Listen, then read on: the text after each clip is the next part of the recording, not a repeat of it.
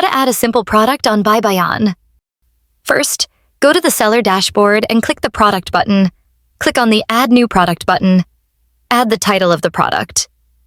For the product type, select the Simple option. Write the price of the product and the discounted price. Select the category for the product. Add tags related to the product. Add the product code according to your choice.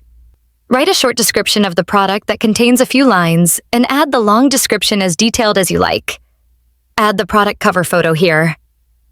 In the inventory section, enable product stock management, enter the stock quantity, and set the low stock threshold. You'll receive a notification from buybayan when stock goes below this threshold. In the shipping and text section, mention the weight, length, width, and height of the product. This is important to ensure the product can be saved. Other options are optional. You can add them if needed. In the Other Options section, set the product status to Online and visibility to Visible.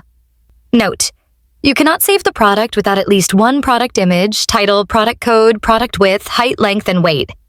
Finally, once everything is filled out, click the Save Product button. Thank you for following along. Start adding your products today and take your business to the next level with buybayan.